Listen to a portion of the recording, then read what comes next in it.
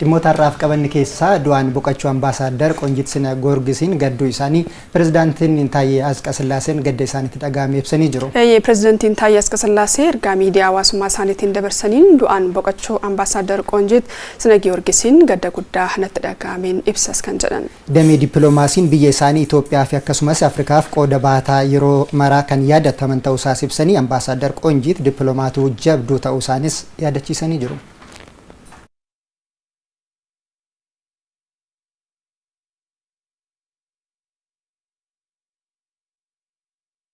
Oduma walfakkaatuun du'aan boqochuu ambaasaadar Qoonjit Sina Goorgisiin gadda isaanii itti dhaga'ame ministeerri muummee Itoophiyaa Dr. Abiy Ahmed kan isaan ibsan.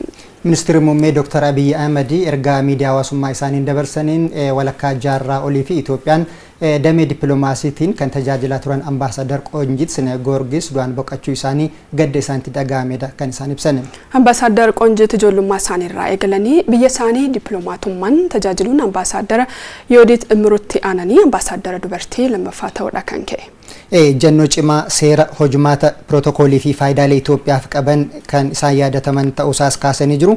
Dubartoonni dippiloomaatiin hedduun damicha irratti akka hirmaataniif immoo daandii kan saaqan akka ta'es ibsanii jiru. Maatii waahillan hojii fi Itoophiyaanota hundaaf immoo jajjabina hawwaa jedhaniiru ergaa isaaniitiin.